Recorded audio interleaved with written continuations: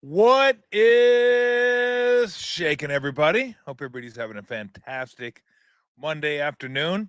I'm sorry to disappoint you. I know some of you have said, God, what's the guest? Guest got to be good. You know, he's been the delay. No guest. Just, I got to say, maybe some of you will be able to sympathize with me. Maybe a little bit of understanding that have gone through this before. The lease on my car was out.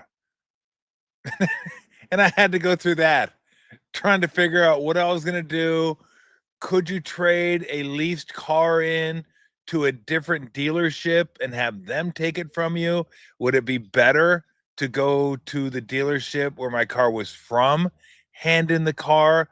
Do I have to go to the same manufacturer to deal?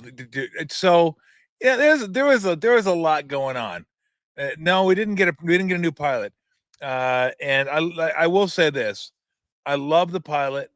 I've had the pilot for 15 years, so this wasn't something that I said when I was on the air just because I got paid to say it. I like the pilot a lot. Pilot was one of my favorite cars that I've ever had. Had it for 15 years or so. Different iterations of the pilot. I got a new one every 3 years. But I liked it, and I thought about keeping it, and I was going to keep it. I didn't, ultimately, for one reason, because I've had it a long time and I wanted to try something different. So I didn't stray too far. No, I didn't get a Bentley. That was one of the best things ever. Gary Radnish with the Bentley. That I don't know what that says. It says something. When you get a Bentley, it basically just, I think would have like, if you have a Bentley, it just basically, fuck you. Like, I can afford this thing. I got a Bentley. Suck it. Now the Mini Cooper's gone. The Mini Cooper's been gone for a couple years. Love the Mini Cooper too. But I didn't stray too far. I give you here are the three cars that I test drove yesterday. I went with the Lexus TX, the Audi Q7, and the Acura MDX. And I didn't stray too far from the pilot. I stayed in that family. So I went with the Acura, and I went with the MDX, and I've had it for, I really, really, really like it, as much as you can like a car for having it 45 minutes. So I didn't think about getting anything. I had a BMW M5 maybe, 20, 30 years ago when I was playing. That was my one, like, badass sports car that was just, I love that car. The car is incredible. I had an IROC before that, a Camaro IROC before that. Love that car too. That was my first car. First car I ever purchased with my money. My dad got some cars for me along the way, and my favorite one of those was a 68 Mustang. That thing was awesome. Love that car. But the IROC was the first car I ever purchased with my own money. So, and then I got the M5 when I signed my new contract with the Warriors. I was like, oh, you have the IROC Z. The thing was sweet. The M5 was incredible. The M5 was out of this world. Handling, acceleration, like, it was nice. And then got rid of that. Lori and I started having kids, Weston, and then Walker and Haley. So you need the SUV. And we went from a Pathfinder to a Denali, big ass Denali. Like, that thing was a tank. Love that thing. Just pack all the kids in and go to practice and all that stuff. I love that car. So, and then after that, slowly started going back down. And that's about the time I started driving the Pilot. And everyone loved the Pilot. I love the Pilot. So, again, the only reason I didn't get a Pilot is because I'd had it so long, I wanted something different. And again, I didn't stray too far from the Honda family. I went with the upscale Honda, the Acura, the MDX. So that, I apologize for, saying I was going to be here and you guys are waiting and all that. That's totally on me. It's my bad. But it's always takes longer to deal with car things than you think it's going to. You think you're just going to walk into a dealer, maybe an hour, maybe an hour. No, it's always longer than that. Always is longer than that. And so, anyway, I wanted to get into. I don't know about the guests this week. I believe in the next week or two, I'm hoping we're going to get Bob Myers on and talk a little Warriors hoops, and talk some free agency, talk about what's going on with the Commanders, what's going on with Bob. Does he want to get back into it? So I'm hoping in the next few weeks, and I'll get it done. We'll get Bob on. I've known Bob for a few years now, and he's a great guy. So I'm looking forward to having him on. August, I think we're going to try to get Mike Silver, so they come on. John Wilner, we'll talk some college football. We're going to try to get you guys all ready for football. I'll be gone most of next week, going to Tahoe with my buddies, and then I'll be gone for about 10 days in August. I'm going to Germany with one of my friends. It's going to go bum around Germany. Although I will, if you want to go on IG Live, I'll probably do some stuff from Germany on IG Live, depending on the time change. Bouncing around the towns, going to the bars. We're trying to figure out what football game we're going to go to. Football. So we're going to go to some football games, soccer games while we're over in Germany too. So that might be kind of fun. Just pop on that for 10 or 15 minutes and screw around. So, but I didn't want to jump in today. All-Star game this week, home run derby tonight. The home run derby to me is just, everybody loves the home run derby. How long can you sit in front of a TV set and watch somebody hit 450-foot bombs over and over and over and over? They all look the same. They look the same. Oh, he crushed it. Oh, that was 480. Like 480 looks like 450, looks like 420, looks like 510 on TV. They all look the same. And there's no difference. The best part of the home run derby was when that kid got dinged a couple years ago. Like, it's like, I'm surprised they don't get hit more often in the outfield. Yeah, how dare I not bring Og on a trip with me? Yeah, I'll just tag him along as my cinematographer. But I'm surprised those kids don't get hit more often in the outfield. And I'm sorry. I apologize to each and every one of you. There's like 250 of you that are watching right now. More will probably consume this later. And I apologize to you. I absolutely am sorry. I can't help the way I feel. But I don't mind a kid getting dome shotted in the home run derby. I don't. It's like, at least it's exciting. Like, I don't want him carried out of there on a stretcher like Michael Rooker in Days of Thunder, or Tom Cruise in Days of Thunder. Get the head thing on, and you're like strapped to a board. Like, I don't want to see that, but I just want to see a little woozy or something like that. Like, how does it not happen more? Kids are bumping into each other. It's like, I got. You get these. There's probably like 5 guys out there that know what they're doing. Like, I got it. Boom. Catch it. Boom. It flies. Boom. Then you got 50% of them are probably spazzes out there. Oh, you got it. Pow. Oh, right up the face. I'm sorry. I do. Like, I kind of want to see that. It's more exciting to me than the home run derby. Like, I used to go to Figure 8 Raceway, and it was called Ascot Racing when I was growing up. My dad would take me occasionally.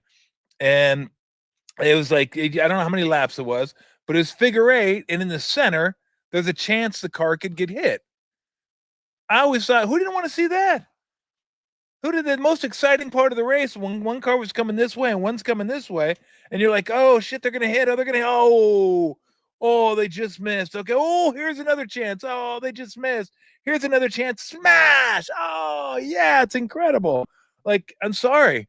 It's kind of part of the human DNA, isn't it? It's kind of fun. Like, who out there turns away from a hockey game during a fight? You never turn away from fights. Like, nobody turns away from. Well, I shouldn't say nobody. Most people, it's like, oh, fight, I'm gonna go get a beer. Now it's like, fight, I'm sitting my ass down, I'm gonna get a beer later. So they're just chaos that I think a lot of times we root for humans root for. Like, there's a reason lions ate Christians in the Colosseum and people cheered for it. That hasn't totally left us. It hasn't. I'm not saying it's our best side, but that hasn't. Oh man, yeah, figure eight motorcycles. That'd be. I don't know if I probably still would root for the accident, but God, that'd be a lot more dangerous. But we still have that in us.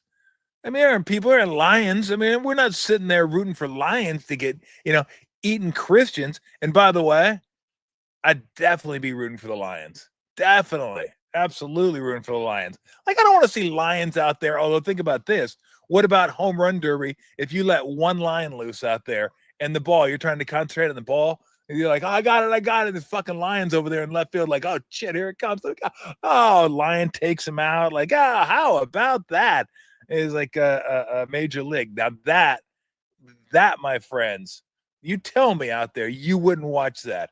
You would not watch home run derby with a lion in the outfield, just running around, causing all kinds of chaos. I mean, come on. That would be absolutely incredible. Count me in. That is a ratings winner. Baseball always looking for ratings winners. The lion in the outfield during the home run derby is a ratings winner. Look, the only way I'll watch the home run derby if they use my idea from years and years and years ago. You get 1 point for a home run to the pull side, 2 points for a home run to straight away, 3 points to a home run opposite field. I want to see what you can do, what kind of back control you have. And maybe if you're down 10 points with 5 swings to go, you're like, I need to go oppo. I need to hit this ball oppo. Let me see what you got. It's more of a home run derby / skills competition. Don't just give me the guys banging the balls out there like boom, boom, boom. It's like a long drive competition. Pretty cool watching a guy hit 400 yards. And then everybody hits at 400 yards. You're like, well, that sucks. I'm out. How do we make this enticing? How do we make it entertaining? A lion. Like a lion's not going to, it's ratings aren't going down when you introduce a lion into the mix. That I could get. I absolutely guarantee you that. So baseball wants the ratings. Throw the lion out there. How do I know baseball wants ratings? Because Jacob Mizorowski is in the All-Star game. I told you to watch this kid. Now, I wasn't telling you, hey, I found this guy. You should watch him. I was just passing along information. Like, I saw him. You guys should watch him. He's worth watching. But 5 starts? 5 starts and you're in the All-Star game? What? I know that Skeens was 11 starts and he was a starter. That didn't seem like a lot of starts, but it's about half a season. 11, 5, and you're an all-star? Really? Yes, you are. 2 reasons. One, guys are backing out. Guys that pitch Sunday aren't pitching. So that's 2 guys. I think 2 more pitched Saturday and wanted to rest. So they're not available. They didn't want to play. They didn't want to pitch. And I know there's a list of guys out there that probably would love the honor, love pitching in the All-Star game. People mentioned Tyler Rogers, the Giants. Maybe he could, he's the guy that deserves. Like, they already got 3 starters. They already got 3. You got Randy Rodriguez, you got Robbie Ray, and you got Webb. You probably weren't getting 4. But the point isn't so much Rogers over Mizorowski. It's these guys have paid their dues and they have the numbers, and it's not 5 starts. Do these guys, should they be in there? And I say, yeah. I mean, it makes sense in a perfect world, in a just world. It makes sense. You want to reward the best with an All-Star nomination. How many? Rogers isn't going to make an All-Star team. Not going to make it. I don't think he's made one before. That would be great for him to make it. But outside of Rogers and Rogers' family, who wants to see him pitch in an All-Star game? Who doesn't want to see Mizorowski pitch in an All-Star game? I'm telling you, this guy's worth watching. And it's about ratings. It's about drawing eyeballs to the set. How do you draw eyeballs to the set? You put guys like Mizorowski on the mound. Not guys like Rogers on the mound. Not guys like Sanchez on the mound. Not guys like Ranger Suarez on the mound. And look, they could have been in. They decided they didn't want to go, though. They decided they didn't want to go. And good for Philly, too. I guess I don't know if Ranger Suarez had a clause in his contract, a bonus clause for making the All-Star game, but Sanchez did $50K. Philly gave it to him anyway. That is a good organization. That's what good organizations do. Take care of your players. Don't try to dock a bonus. Don't try to limit someone's innings or limit someone's at bats to keep them away from a bonus. Give them the damn bonus in the spirit. You don't have to by the letter of the law, but if you want to cultivate goodwill, you want to have a good clubhouse, you want to have good vibes, you want to have like a symbiotic relationship between a front office, ownership, players, all that. That's what you do. Everybody pulling in the same direction. So that was pretty cool by Philadelphia. But I want to see this guy pitch. I want to see this guy pitch. Has he earned it? No. 5 starts, of course you haven't earned it. Has he pitched a no-hitter? No. Complete game? No. None of that. He's just electric. He's absolutely electric, and he's a guy that if I am putting together an all-star game, I want this guy on the team. Period. Because the game doesn't mean anything. It's not for anything, thank goodness. It's what it should be. An exhibition game. I remember talking about this last summer. Caitlin Clark did not make the U.S. women's Olympic basketball team. And the reason she didn't make it, she wasn't deemed one of the 12 best players. She hadn't earned it, and she needed to go through that year. And then, look, she's going to be on the next team for sure. But a lot of people thought, well, why wouldn't you have her on this team? You draw eyeballs to the set. People are going to watch Women's Olympics for Caitlin Clark. They didn't need her to win. They already won. Close game, if I remember correctly, like 67, 66, 1-point game, something like that against France in the final. So they ended up winning it. They didn't need her to win it, but more people probably would have been invested in USA Women's Hoop if Caitlin Clark had been on the team. Do you want that if you're the WNBA? Like, hey, yeah, we want eyeballs. We need eyeballs. Caitlin Clark comes in the league. It's a hot property now. Look what the Valkyries are doing. They're selling out their games. There's just more eyeballs, more people interested in the WNBA than ever before. Don't you want to continue to grow that by putting Caitlin Clark on the team? A team she would easily fit into, by the way. Just because if you want to argue she didn't deserve to be there, or she hadn't paid her dues to be there, or even if she wasn't one of the 12 best, okay, that's fine. But it wasn't like you were giving a charity to somebody. She could have very easily like slipped into that team and no one would have noticed, except for more people would have watched. But it wasn't like she's not very good. We're just going to put her on here because people are watching. By the way, if she was as great as everybody says, wouldn't she be shooting more than 39% from the field and 29% from 3? Like, I figured she'd come up and, 45-40, 45-38, 45-36. Geez, 39, 29? And I've only seen her play a couple of times, but she ain't no defensive stopper either. She can pass. She's a hell of a passer. And she's a good player. Absolutely a good player. I'm just saying, everybody, you make her out to, you watch these clips and everything, and everybody's like, oh my God, she's just incredible. Like, nobody's been able to do this. No one's been able to do that. What, no one's been able to shoot 39% and 29%? And I think there's plenty of them that have been able to do that. I mean, Asia Wilson is much better. And I'm sure there's other players that are better. But hey, if I'm the other players, you can be jealous all you want. Just embrace her. She's going to end up making you more money. But let's get back to the point. The Olympics was for a gold medal. All right? So if you felt like, you know what, she hadn't paid her dues, or this team's going to be better off without her, we don't need whatever you didn't need, whatever you didn't think you didn't need to not add Caitlin Clark, fine. At least that was for a gold medal. That was for something, right?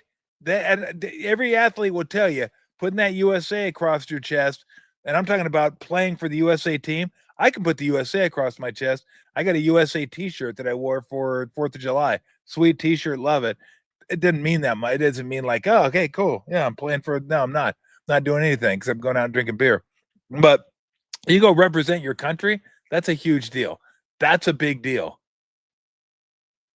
Playing in the All-Star game, I mean, yeah, I mean, it's a big deal, cool deal, but it's not like USA, and it's an exhibition. So while I understand that there are people that say, what in the hell is baseball doing by adding Jacob Mizorowski to the All-Star team? I get that. I do. I get it. This is baseball. You want more eyeballs on the All-Star game.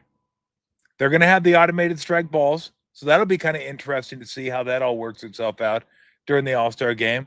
But give me more guys like Mizorowski. I'm in. I'm totally in for that. So yes to Jacob Mizorowski being on the All-Star team. Bummer for the guys that didn't make it. But if Mizorowski would have been there, if everybody wouldn't have kept dropping out. So if you get invited, go, be available, and you won't have this situation. But they didn't, and they said, okay, where we go from here? You go to Mizorowski because he's going to get people to watch. How many? I don't know. Maybe not as many as I think, but trust me, if you want to watch a guy throw 100 miles an hour, 102, maybe even harder for one inning, he is definitely that guy. So I'm totally in for that. Totally in for Lions in the outfield, figure eight racing. All that stuff is good by me. Give me a hint of danger. Solid. Okay, real quick, because I got a granddaughter to pick up from camp. Told you this whole lease thing threw me off today, and I do apologize to everybody. But I did want to do Giants All-Star break recap. 6 games back of the Dodgers, and let me find out for you real quick what we got as far as wild card. Got the Brewers, Mets, and Padres that are 1, 2, 3 in the wild card, and then the Giants are a half game out. Cardinals are a game and a half out. Reds 2.5, and then it drops all the way back to Diamondbacks at 5.5. So Giants are a half game behind the Padres, and it looks like 3 behind the Mets, 4.5 behind the Brewers. So, like, I think they're in good position, but they got to hit. They have to be able to hit better than they have been hitting. Do you go out and add? I don't know what else they have. Like they already gave up Harrison, they gave up Tibbs, so I don't anticipate anything major moving forward. I mean, you did a Devers deal. That'll probably be the biggest deal of the trade deadline or before the trade deadline. That was a massive, massive deal. So here's the thing. Is it the most potent lineup in the league? No. Is it good enough? It should be. It should be if guys are hitting like they can hit. Let me give an example. Here's 5 guys, and I have their on base and slugging the day before Devers signed with the Giants. And then I have their updated. So I could give you the OPS, but I wanted to do the on base and slugging. So Elliot Ramos. And yes, you see right there on the screen, lost 2-3. So 2 out of 3 to the Dodgers. Great series, though. Fun series. Ramos was 359, 465. So 359 on base, 465 slug. The day before Devers played his first game with the Giants. Now, 337, 429. So he dropped 22 points on base and 36 points slug. Devers was 401, 504 when he came over from Boston. He's now 384, 460. So he's dropped 17 points in on base. He's dropped 44 points in slug. Adames, now he's kicked it in. He was 284 on base, 340 slug for kind of an anemic 624 OPS. Now he's 307, 373. So he's gone up 23 points and on base. He's gone up 33 points in slug, and he's starting to approach 700, where he's at 680 now. OPS. Jung-Hoo Lee was 327, 433. He's 317, 403. So he's lost 10 points on base and he's lost 30 points in slug. So he went from 760 down to 720 in his OPS. And then Chapman, since he's come back, he's gone. He was injured, hand. Didn't play for a while, so he went from 360 to 450 and 452 to 349, 424. So he dropped 366. Excuse me. So he's dropped 17 points, and this is since he came back against the A's. He's dropped 17 points in on base and 28 points in slug. I mean, and that's the middle. That's like the middle of your order right there. That's like 2, 3, 5, 6, 4. That's like, and then Yaz was about he was pretty static. He was within a couple percentage points here or there. Those guys got to hit. They just do. Not all of them. I mean, Adames is, but at least 2 of those guys or 3 of those guys. It can't be all of them going the wrong way, right? It just can't. The pitching is going to be good enough to keep him in it. I have no doubt about that. I have no doubt with Webb and Ray, that's going to be good enough to keep him in it at the top. And I think, Birdsong and Roop and I just, Verlander probably had his best stuff last start. I mean, although you keep saying that, right? Oh, he looked good. He looked good for 2 innings. He looked good for. Well, got to have something. You got to have something to show for it. You got nothing, like a big fat goose egg to show for it. But look, the bullpen's been fantastic. Starting pitching's been fantastic. You just got to hit a little bit. Doesn't even have to be a ton, but it's got to be a little bit. But I still think they're going to be right there. Do I think they're going to get the wild card? Going to be close. I think they're better than the Cardinals, but the Brewers are damn good. The Brewers just know how to put together a team. The Mets are good. It could be them and the Padres. Could be between them and the Padres. See the standings right there. Half game out of the Padres, 3 behind the Mets, 4.5 behind the Brewers. I think they're better than the Cardinals. I think they're better than the Reds. Diamondbacks not their year. So I think it's going to be close though. I think they'll be in it. I think you're going to have some meaningful games in September. And if I'm not mistaken, I remember looking at the schedule a few months ago. I think it's like all NL West at the end of the year for them. I'll look it up real quick. See if we get to September. Rockies, Cardinals, Dodgers, Diamondbacks, Dodgers, Diamondbacks, Cardinals, Rockies. Yeah. So September is basically NL West and Cardinals, which if the Cardinals are still in it, that'll be interesting. Of note, it's all NL West and Cardinals except for the Padres. The one team they may be battling with, they do not play the Padres at all in September. Their last 3 games against the Padres are August 19th through the 21st. So it is all Rockies, Dodgers, Diamondbacks, and Cardinals from September 1st on. That's kind of crazy. I wonder if everybody else has schedules like that. So, and again, they're going to take them as far as their pitching's going to take them, of course, because that's the strength of this team. But they got to hit a little bit. You just have to hit a little bit. All right, before we get to a few comments, the Niners almost did it, didn't they? The Niners almost did it. Almost pulled it off. I said last show how great it was that it's been noise-free. You got your noise-canceling headphones on. The Niners had their noise-canceling headphones. So perfect. No news. Go about your business. Just here we are. Good vibes. Heading into camp. And we are all good, aren't we? Yes. Nice. Somebody pulled the handbrake? Excuse me? Yeah, Juan Jennings did. Juan Jennings said, pay me or trade me. Oh, really? Really? How about just I want a new deal?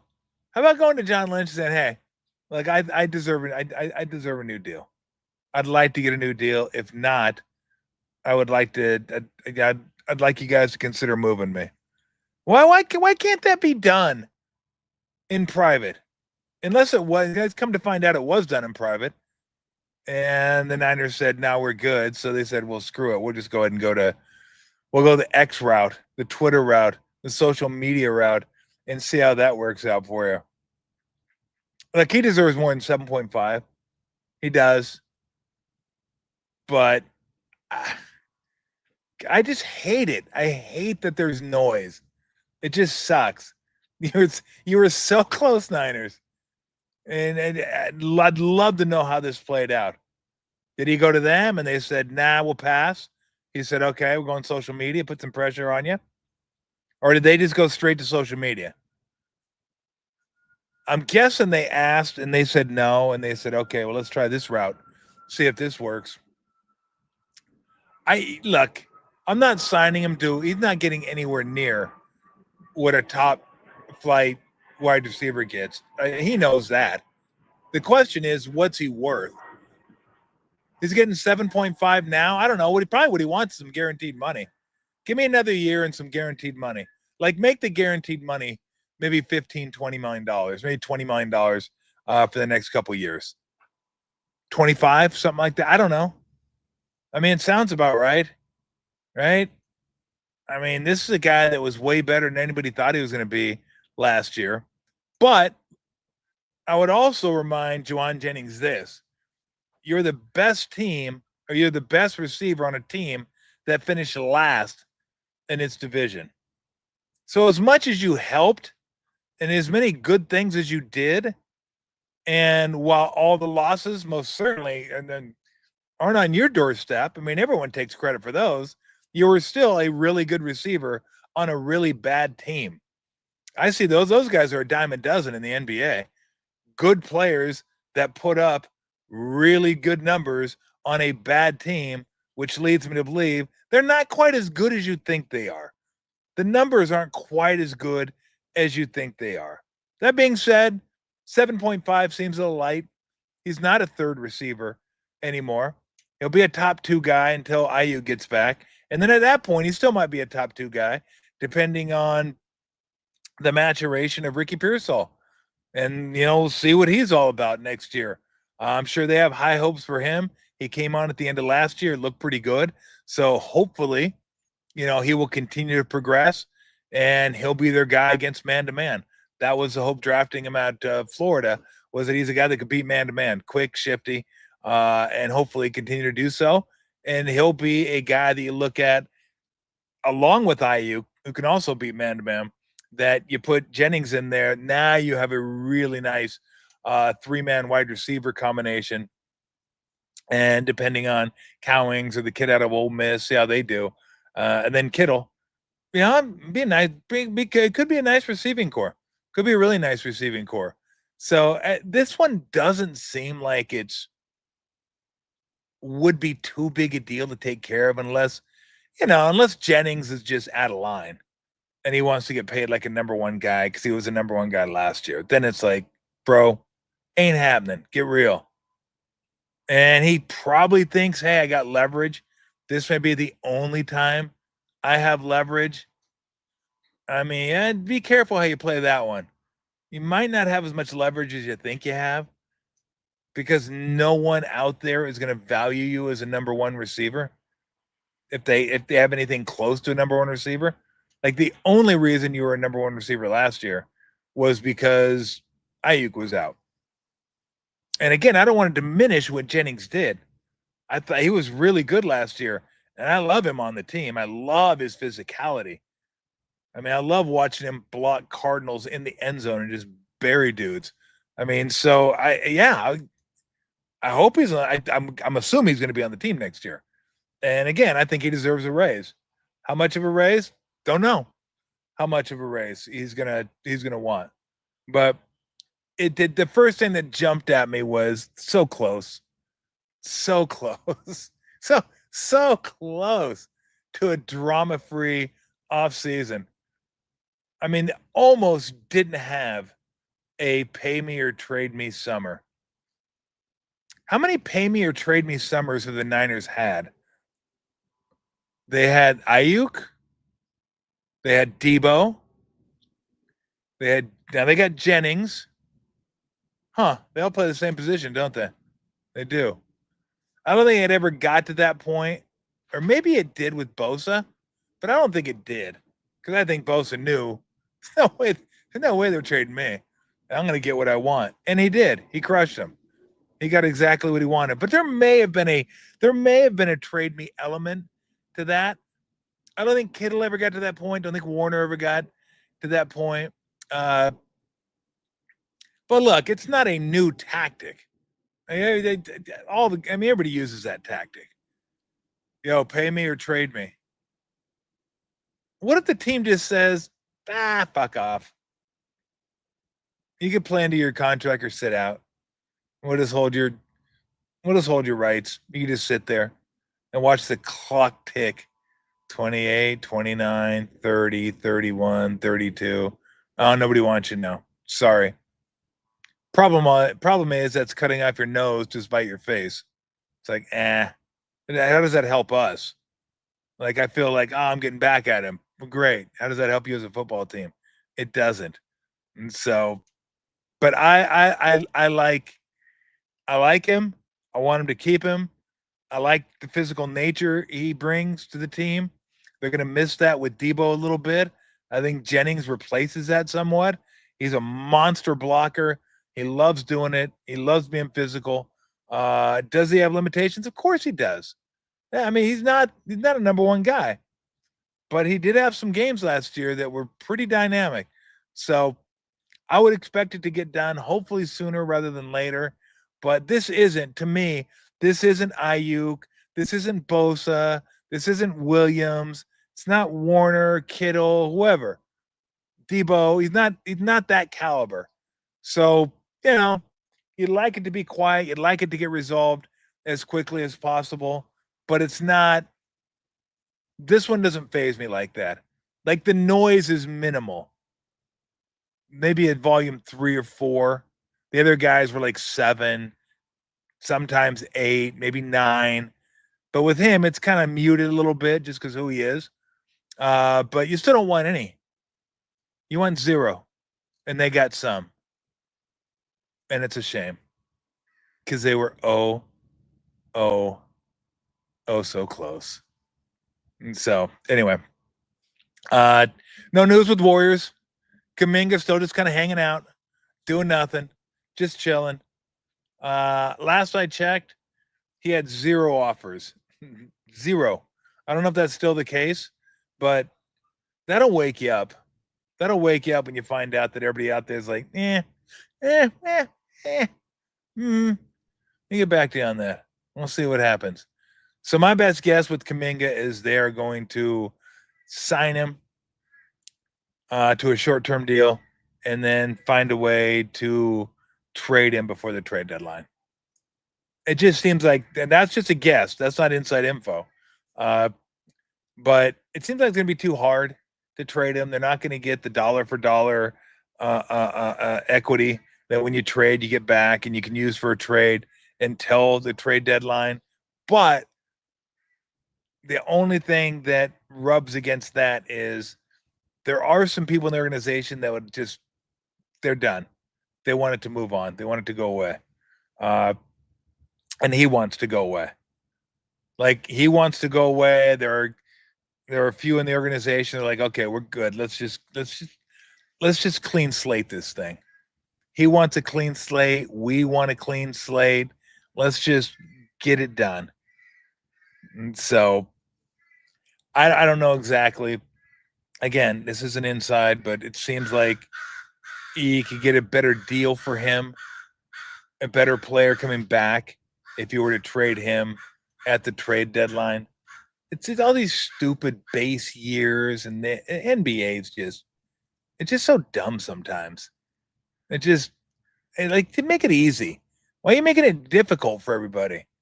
You make it difficult for people to try to follow along too. They can't follow along to this shit. I don't even know what's going on.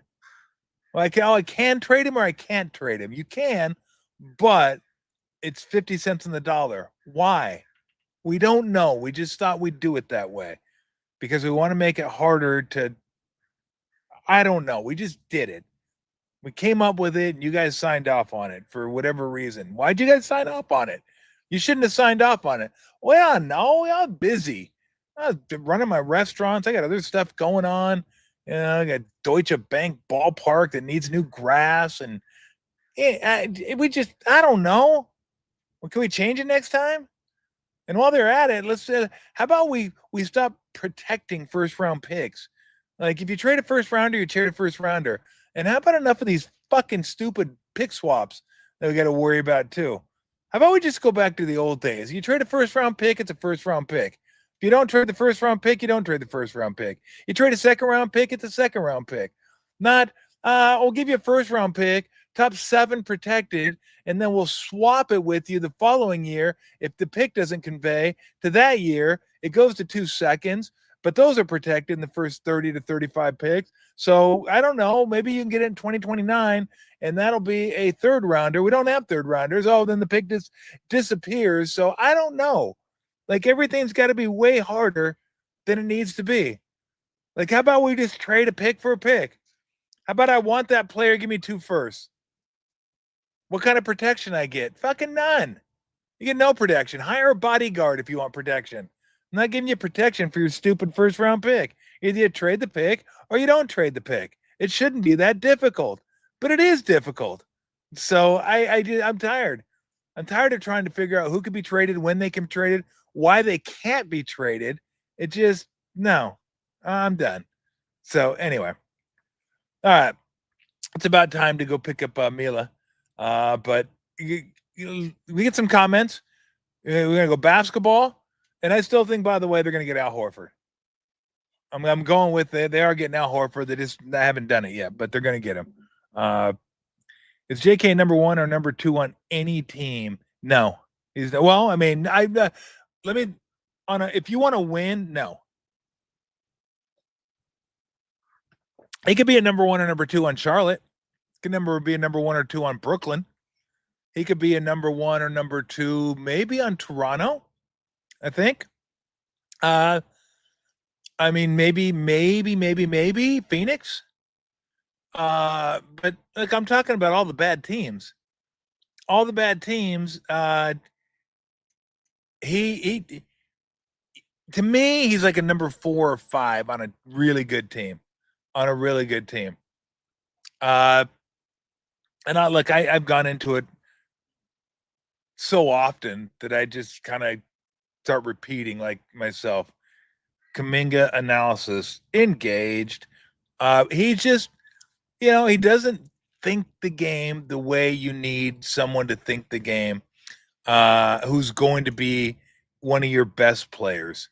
But he can be a good player. He is a good player. He reminds me of Wiggins in that way. I like Wiggins. Wiggins a better defender than Kuminga. They coincidentally, they both are not very good rebounders, and they're super athletic. They should be really good rebounders, and they're not. Kuminga's probably now Wiggins is a better outside shooter. JK's spottier. He can hit that shot. JK's much more forceful going to the rim, gets to the free throw line better than Wiggins. But neither of them instinctively get the game. Like they're a half beat slow when they're doing stuff. Catch the ball, think about it. On defense, in rotation, though, now go. So it doesn't it doesn't flow. Like it doesn't just flow with them. And like there's a lot of guys that aren't that way. Don't think I'm just picking on those two. They're not the only ones. And there's fewer guys that are Draymond or Jimmy Butler than there are guys who are instinctive when it comes to their games. Like Butler and Draymond are the rarity, right? They are definitely in the minority when it comes to those type of guys. But, that's the problem I have with him. And it's not so much a problem. Like I like him. I think he can play, but on this team, it's tough. And can he be a 1 or a 2? In my mind, absolutely not even close on a good team. Do I think the Giants will make another move at the trade deadline? Yeah, probably something smaller. Again, they did the biggest trade that's probably already going to be done this offseason, or not this offseason, but this season before the trade deadline endeavors. So they made a massive swing. I kind of talked about it earlier. The guys that are in the middle of the order just got to be better and got to be more consistent. But what could they? I mean, they could use another bat. They absolutely could use another bat, but it'd be like a bench bat, a guy you could bring in. I don't know if it'd be a platoon type guy. Probably not. I mean, your platoon is good to see Matos hit that home run, or not Matos, but God, why do I get? God, I had it written down too. Oh, it was Matos. Yeah, it was Matos. I keep thinking I get Matos confused with everybody. And I was like, no, that's Matos. Is it Matos? Yeah, it was Matos. Good to see him get that home run in the ninth to tie the game up yesterday. But I'd like to see him get more at bats. I mean, his numbers are not pretty, but I don't know. Something about him, I think if you give him more at bats, he'd probably be better. But yeah, it was. So I think, maybe a little something. But yeah, they've already done the big one. People forgot already. Like, oh yeah, we already got him. We've already done that. Want to do something else new now? And you get Biedron's stories you can share. Not really. I wasn't around when Biedron's was there. He was on the team when I was just watching. I didn't call games until I think my first year calling games was like 13, 14, maybe 12, 13. And then I did it for the first 2 trips to the finals. And then it moved over to the other station. And I stopped doing games. And then I started doing them again for 1920, maybe. So I missed 3 years. I missed all the Durant years. All the Durant years I wasn't doing the games. I didn't get to see like the most beautiful basketball maybe ever played. So what are you gonna do? So anywho, but I don't have any good stories. The only story that you go look on God, what was that one website? Deadspin. That his story is Andres Biedrins and Nicholas Skidishvili, I think. I'll just say they one of them was on the hood of a car, and there was another person involved in the picture. That's all I'm saying. That's all I'm saying. I don't even know if that picture still exists anymore, but looked like they were having a good time in Latvia. So, all right, we got any more? I got to probably get out of here in a couple minutes. And then Wednesday we'll do one. What do I do? 1 o'clock unless I have a guest on Wednesday. But again, thank you very much for your understanding today, and I apologize for you guys just waiting around. Although you guys have as good a time without me as you do with me. You guys just BS with everybody. When you just sit down, start BSing with your buddies, talking sports. So I'll stop. Devers doesn't suck. Devers sucks. Yeah, why would you want a guy like Devers, who's a 900 OPS guy, for the better part of his career? He's struggling right now. There's no doubt about it. Best or favorite table games for gambling? Pai Gow. I love Pai Gow because it's a little slower. My money isn't like just like blackjack. It's cool, but blackjack, man, the swings in blackjack. Like if you want to win and you want action, you want blackjack. If you like just to sit down, have a beer, talk to your buddies, maybe be able to talk some sports or whatever, and play a game, Pai Gow's your game. Now, it didn't take that long to learn if you know how to play poker. 2 cards up, 5 cards down. It's poker, basically. The only rule is your 2-card hand can't beat your 5-card hand. And yeah, I mean, Pai Gow's my favorite. I love Pai Gow. A lot of pushes in Pai Gow too. So that's my favorite table game. When I go to Vegas, if I play table games, that's the one I play, Pai Gow. But usually I spend all my time in the book, either betting the ponies or watching the games, and it's drinking beer there. So, all right, last one, because I certainly cannot be late. If I'm late on the first day of camp, how good a look would that be? That'd be a fantastic look by me. Here I am, late. Good job, Grandpa. Way to go, old man. So, all right. Do we have one more when you want to throw up there? When is the remote? That's a good question. That is a good question. How many of you guys want a remote? Will you guys go to a remote if we do it at Field Work or do it at Bear Bottle? You guys in? Are most of you guys good in the East Bay? Would you rather do it in the city? Because Bear Bottle's in the city, and those are the two places I think I'm going to do. I'd like to do. I'd like to do one at Bear Bottle. My good friend Lester said whenever. He said you're good to go, and I'd love to do it there. And I know I can get one at Field Work too. With Barry. Barry said we could do it there anytime.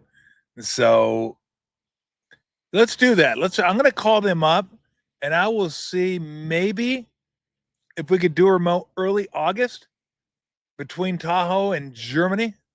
Maybe we'll do a remote.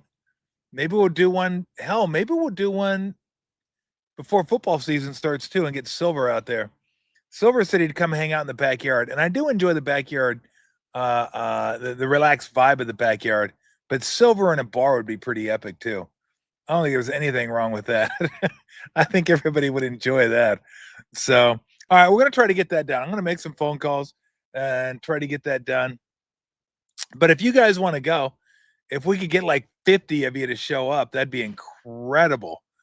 I mean, if we get 20 or 30, but if we get 50 of you guys to show up, that'd be pretty sweet. I would appreciate that. That'd be a nice atmosphere. Getting to put some names to some faces to some names. I'm all good. I'm all good. I think we've got this thing up and running enough now. We kind of got a good feel for this, and Max and Daniel know what the hell they're doing. And I can even set up by myself. It's pretty simple. I just bring stuff out here, boom, good to go. And then boom, I'm on my mop. And so, all right, well, very good then. We got enough people. We've already figured if we have 5, 6, 7, 8, 9, 10 that said they're in here, we can get another 40. You could tell a friend, bring a buddy. We're all good. That'd be great. Yeah, let's do it then. We'll get a remote going and we'll get out there and drink some beers together. All right, I gotta go. I gotta get Camila. Lou's by my side, Bunny hopping around. It's a good day. See Lou here. Kit was here a couple minutes ago. I got the animals popping around. So again, good crowd today. Oh yeah, we'll get Rado out there too. Oh yeah. We should I'll call Ray. I'll call Ray to come do the remote. Ray's always up for drinking. He is always up for drinking. Opie says you get Rado, we get 100. I think you're probably right. It makes me kind of feel like shit, but anyway, if we get Rado, that'd be great. We'll definitely do that. So, all right, I got to run. I got grandpa duties. Love you guys. Thank you. Appreciate it. Again, I apologize. I do. When I say one-ish doesn't mean 145.